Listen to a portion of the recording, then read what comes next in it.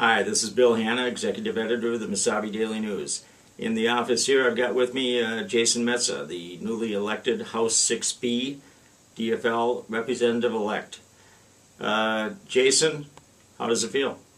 Feels great. We worked hard the whole campaign. We ran like we were 5 points behind, knocked thousands of doors, made thousands of phone calls, had lots of great volunteers, and we were happy with our win. And it's not over till every vote is counted, though. So we were up late on Tuesday night waiting for the results to come in like everyone else. I know your grandpa Elder, and I know your dad, and a lot of the other family. Could you give me a little feel from a family standpoint? They must be very proud of you. Well, Elder's been getting up there in age, and when he was able to make it to the election night party and I saw his smile going from ear to ear, it made me proud to be his grandson. So, having a family that's been supportive the whole way through, understanding, even willing to chip in a few bucks when they could, to help the campaign move along. It's just a real humbling experience to have him behind me. Let's get a little bit into the nuts and bolts of governing. You'll be taking your seat on January 8th. I believe you'll be sworn in first day of the session. But prior to that, in the next couple of weeks, committee assignments will be doled out. What are your hopes as far as what committees you want to be able to sit on, and what are your thoughts as far as the overall range delegation, and what kind of clout, what kind of influence will we have on committees in the House? Right now, with Rookavina leaving, we lost quite a bit of seniority there, and that's going to have an effect on the clout that we have, and will be probably missed for many years to come till Representative Molina and I build up a little bit more seniority in years to come. But overall, the committee structure, they haven't formed any committees yet. I know the House and the Senate are working on trying to have both their committee structures be as effective as possible to get good legislation through.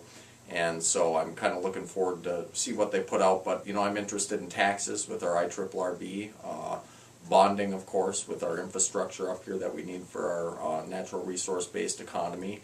And I think with the Alaskan power plant and Polymet and the other projects, we need a good base load. And so I've been looking towards getting on energy, and then K through 12 or higher ed would be great to end up on, especially with K through 12 being as big of a part of the state budget as it is. So let's talk a little bit about mining. I know you're a strong advocate.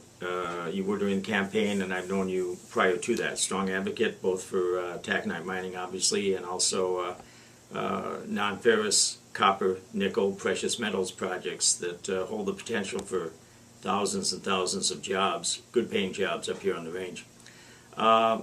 Within caucus, within the DFL, we don't always have friends. They may be your friends politically, they may be your friends outside of the halls of St. Paul, but they aren't always friends when it comes to mining, especially what they call sulfide mining, when they use it in a nasty way, even though the words they throw out with sulfide mining down there do not equate what it is in reality up here.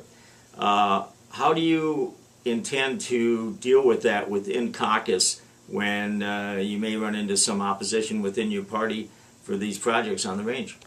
As always, I think the most important way to get across to any governing body is for the people to speak. And I'm going to take the expertise I've gained over the many years of campaigning and organize constituents to come help testify. We had a great meeting today up at Fortune Bay with students from all over the area, and kids were signing up to come down, get involved, and basically what we're asking them to do is come lobby on behalf of themselves for their future jobs. And a lot of them want to stay up here and don't necessarily have the opportunity, or maybe they want to go away to school and then come back. And I know when I was going to school, it was tough to find a job when I got home. And so I'm hoping to be able to work with them and people from all over the area and organize folks to go down. And I think, looking at the caucus itself for my own internal side of things, where I won't have a group of people with me, I'm going to have to just do a lot of educating. I think there's been a lot of misinformation out there, and a lot of misleading things about this project, with PolyMet, twin metals, and overall I think we really need to make sure that everyone has the proper information in their hands to be able to disseminate the same conclusion that we've come to up here, which is we want to do the jobs, we're going to get them done.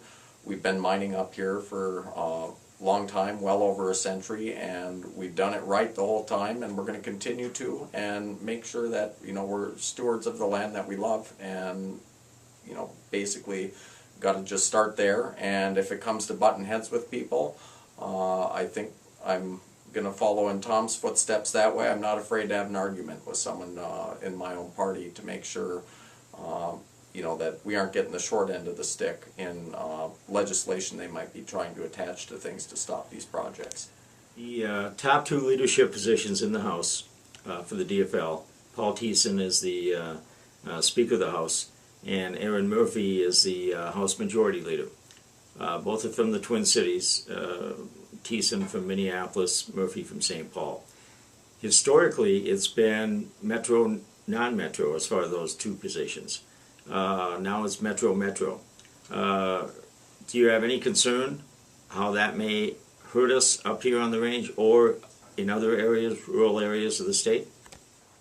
I think Speaker Thiessen and our new Majority Leader Aaron Murphy are two very strong leaders, and I always, as a rural Minnesotan, have a little hesitation when everything's metrocentric, but I think both of them are going to do good work. And I know Erin's commitment to rural Minnesota to help win back the majority with her work on the ground. She built a lot of good relationships with legislators from all over the state and had a strong focus on rural candidates.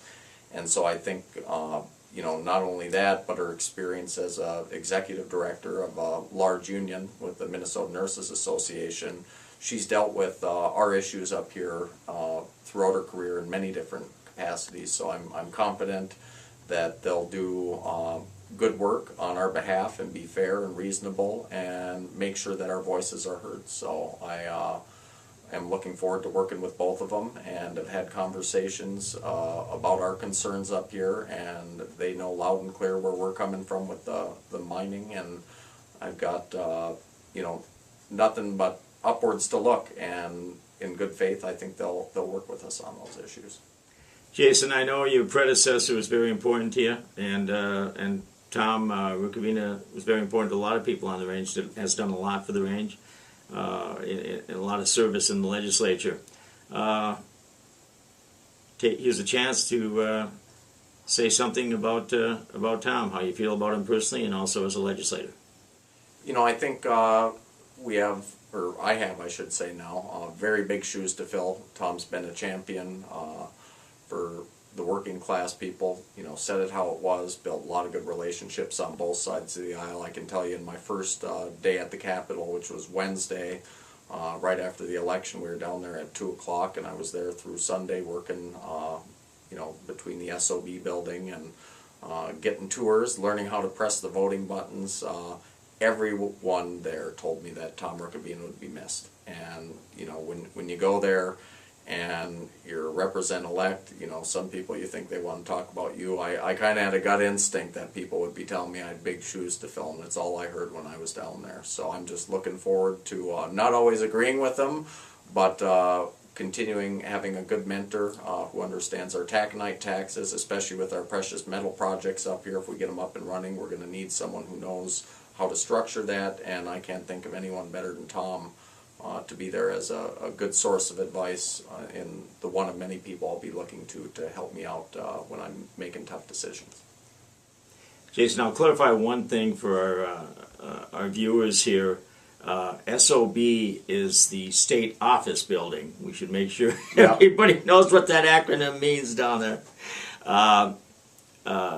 Also, hoping that you're going to be able to stop by here on a regular basis, that we can do this often. We're going to be doing a lot of these videos with a lot of legislators and other local leaders, and more than happy to have you stop by anytime you're back here, and we'll also be down at the legislature because I've got a legislative correspondent that we hope to have on board again for, I believe, like the 11th or 12th year. So we'll be in touch. Well, you know, Bill, it's going to be really exciting to get down there, hit the ground running. I'm looking forward to keep the community informed. You know, I can always be reached at my home and on my cell phone, and that number's 218-290-1527 for the cell phone. And maybe if you could put a little screener across the bottom, that'd be great. And my home phone is 218-741-5692. I don't have an office number yet, but as soon as I get it, I'll get it into your hands. But I want to be easily accessible. I know, you know, one of the other things Tom was good at, and my voicemail box at home had about 40 messages already, was constituent services and getting back to people. And so I plan on carrying on that same tradition of actually getting back to folks myself. We have a whole department that does it. And most of all, I'm looking forward to being able to keep everyone informed during the legislative session, and wanted to thank you for the opportunity and letting me start a guest column that I'll be submitting once a month to the paper. And people can keep tabs there. I'll have it on my website, which will link to yours, and I'm looking forward to a continued relationship. Jason, thanks a lot for dropping by again, and good luck down there in St. Paul. And just to let our viewers know, Jason and I had talked previously, and the guest column will start up right in January when you hit the ground running in St. Paul. And there will be a full interview story in this Sunday Mesabi Daily News of our new legislator from Virginia, Jason Metsa.